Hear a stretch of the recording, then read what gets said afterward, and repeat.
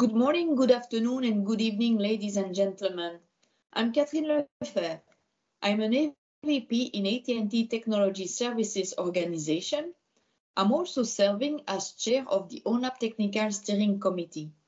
I'm excited to be part of Layer 123 World Congress this year. During our today's session, I will share the ONAP orchestration journey, the role of ONAP as part of the ORAN vision, and its role in the Open 5G end-to-end stack launched this year by the Linux Foundation. Let me give you first a quick refresher about ONAP. ONAP stands for Open Network Automation Platform. Founded in 2017 under the Linux Foundation umbrella, ONAP is a comprehensive open source platform for orchestration, management, and automation of network and edge computing services for network operators, cloud providers, and enterprises.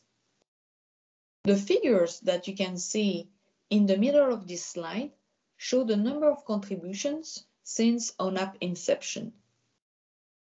Over 1,400 developers from 48 organizations collaborated to deliver already 9 major releases. Real-time, policy-driven orchestration and automation of physical, virtual, and containerized network functions, ONAP enables rapid automation of new services and complete lifecycle management, critical for 5G and next generation of networks.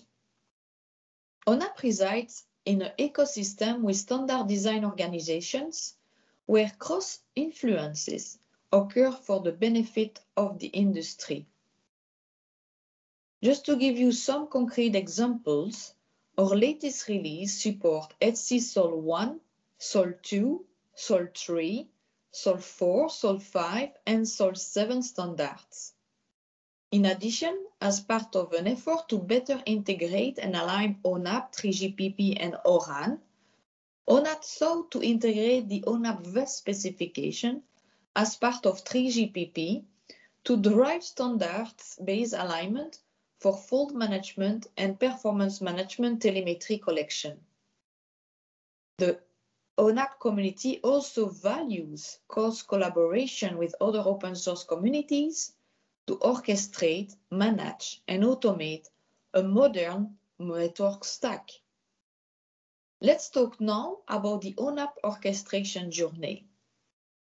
ONAP supports hybrid services covering VNF, PNF, CNF by leveraging open source and standards.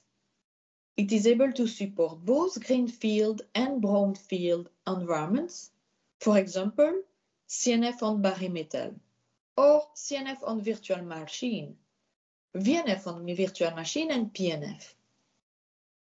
As an end-to-end orchestration platform, ONAP supports Day 0, onboarding, deployment, Day 1, instantiation and configuration, and Day 2, configuration plus updates.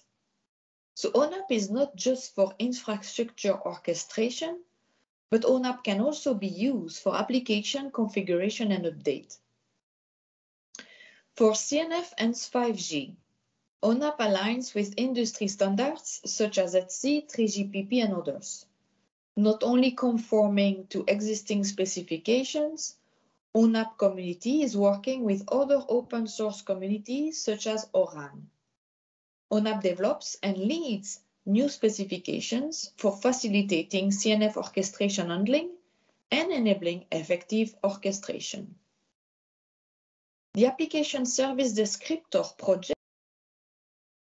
showcase for the effort by simplifying CNF modeling, packaging, and lifecycle management. By leveraging several ONAP capabilities, the vendors and the operators don't need to start from scratch for their model and package management and for the orchestration of the CNFs and 5G. ONAP provides a common infrastructure for CNF, VNF, and PNF network service model and packaging for onboarding, design, and distribution. It supports both ETSI-aligned and cloud-native orchestration. Finally, ONAP is also a 5G network slicing management platform, which conforms to 3GPP standards and can work with other open source 5G slicing controllers that are also compliant to 3GPP with some integration effort. If you take a look at the diagram, you will notice that ONAP supports onboarding ETSI SOL1, VNF, PNF, CNF network service model, ETSI SOL4 for VNF, CNF packaging, and ETSI SOL7 for network service packaging. The application service descriptor for CNF will also be supported in the upcoming ONAP release. ONAP designs services based on the onboarding models and distribute resource artifacts to the targeted repositories for runtime component operation. Lastly, ONAP orchestrates CNF out of the network resource by interfacing with the platform infrastructure containerized services such as Kubernetes, Vim, and NFVI. I hope that you have now a better understanding about our ONAP orchestration journey. Now I will be talking about ONAP's work towards enabling the O-RAN vision, but I should briefly introduce a little background about O-RAN first. The O-RAN Alliance is a new telecoms industry initiative set up about 3 years ago, which styles itself as a new standardization body for an open, disaggregated, interoperable RAN. It was originally formed as a merger of the X-RAN and C-RAN initiatives that exist for a few years prior to 2018. The Alliance was initially set up by and continues to be steered by the network operators. Now, together with telecoms equipment vendors and other interested parties, the O-RAN Alliance defines new standards for a more open and competitive RAN supplier ecosystem.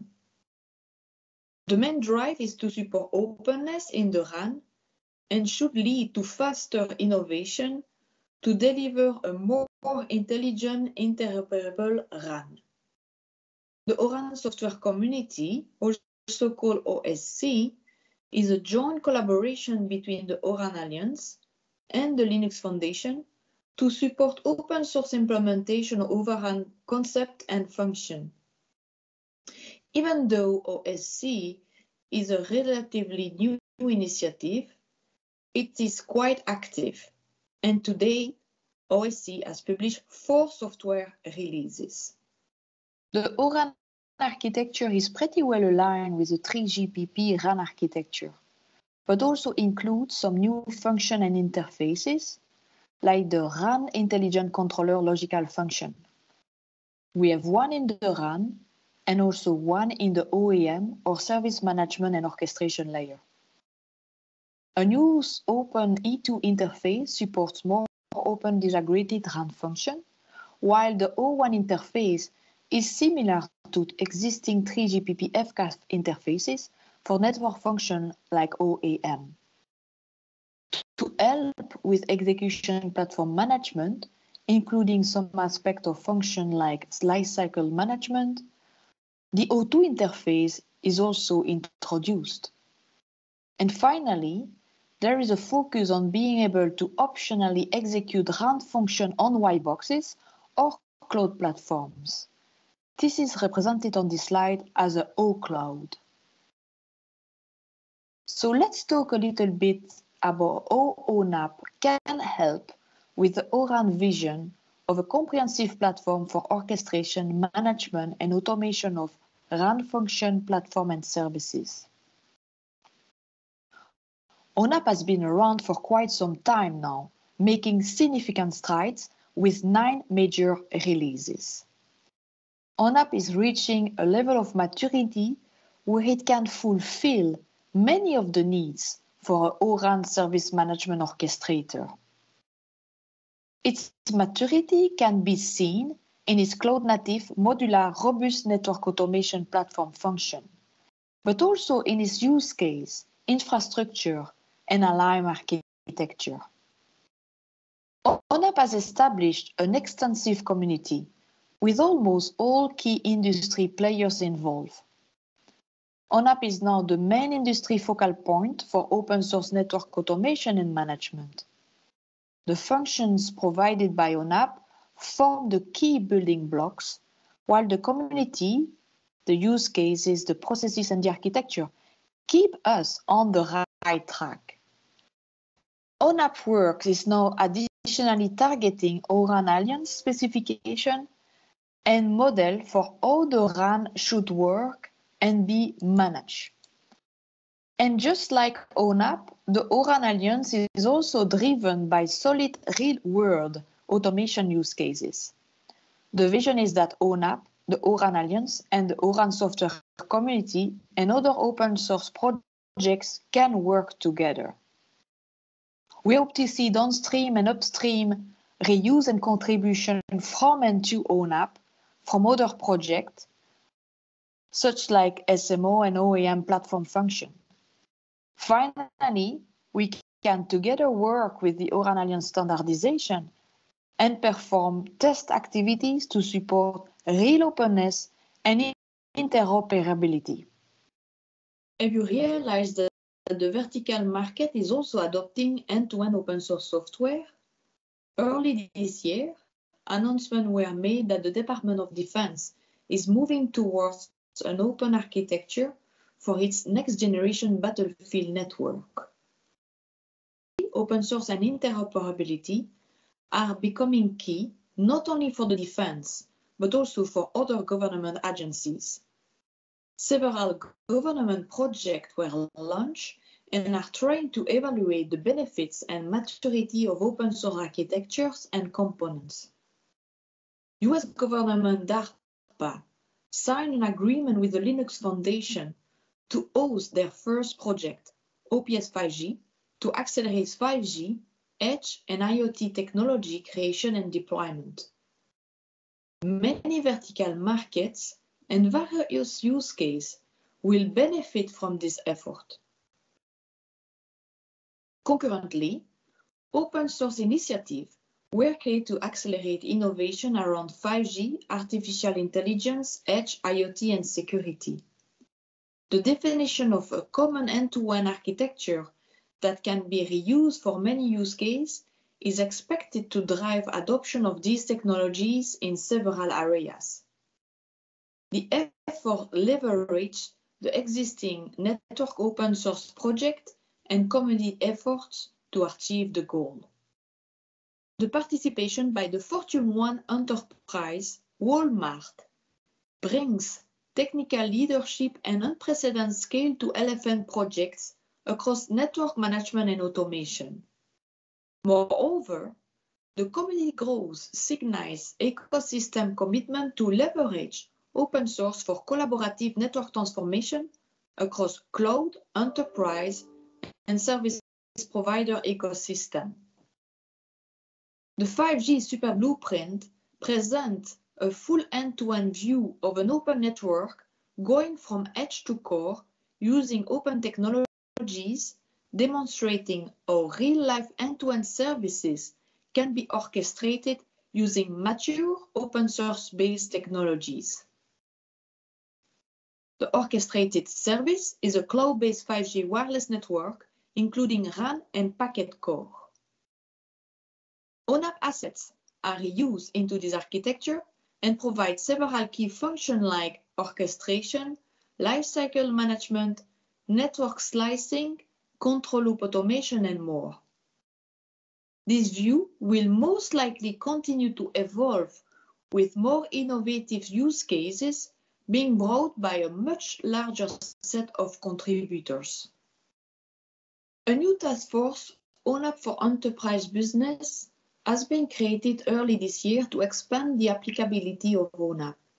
The goal of this working group is to show some concrete set of activities that can demonstrate values for enterprises. One of the first use cases that we are working on is about private 5G. The market estimates for private 5G are extremely promising. You have probably heard the numbers, Nokia has estimated it will be a $800 billion market by 2030. Along with edge computing, private 5G expect to revolutionize industries such as agriculture, hospital, smart cities, B2X, construction, and more. As you can see, we have a rich roadmap for the Enterprise Task Force. Broadly speaking, it is in two parts. One aspect is collaboration with the 5G Super Blueprint. The working group is the ONAP subject matter expert, and all the ONAP related work like architecture is being driven by the Enterprise Task Force. The second aspect is to integrate with a very novel network slicing approach from the University of Southern California called SABRUS. SABRUS stands for Secure, Adaptive, Robust, Resilient, and Efficient Slice. With the background of some high points of the roadmap, what have we accomplished so far? So we kick off the task force early this year. We did the architecture work to define how MACMAC can be integrated with ONAP. We have also completed the integration of ONAP with ANOCAD. ANOCAD is another open source community that delivers a common model, standardized reference infrastructure specification, and conformance performance frameworks for virtualized and cloud-native network functions. The second part of the year, we started to implement the integration of MACMAC controller and access gateway with ONAP. We are now working on architecting some of the data collection, KPI, and metrics, which will be implemented subsequently. And finally, we have started the design work to integrate with SABRUS. Early next year, we will continue to implement what has been designed previously, data collection, KPIs, including some control loop mechanism, initial integration with SABRUS, core network slicing with ONAP. We will replace the InnoB UE emulator with a commercial RAN as well. And subsequently, later next year, we will make all what we have done more sophisticated and robust. We will be handling multiple access gateway CNFs, optimization for network slicing, and complex lifecycle management operation. Then later, in 2023, we will be all around about machine learning, where we will look at AI/ML patterns. We will integrate with NWDAF, Network Data Analytics function. Over the last 4 years, the ONAP community have been collaborating with the industry through cross-open source community engagement and cross-influences with standard design organizations. We have developed impactful features and functions like 5G footprint, network slicing, and O-RAN integration. We continuously add more cloud-native and modular capabilities and robust integration. We are also implementing ONAP best practice and global requirements in our source code to offer scalable, reliable, and secure production readiness deployment. All of this make ONAP a true enabler for innovation in support of future industry use case. While ONAP has primarily been used by network service providers to support their network automation transformation, I hope that after today's presentation, you also recognize the value of ONAP as part of the RAN virtualization journey and for the vertical and enterprise markets. I want to thank you for the opportunity to speak with you today, and I hope you will enjoy many great sessions of the Layer 1, 2, 3 World Congress this year.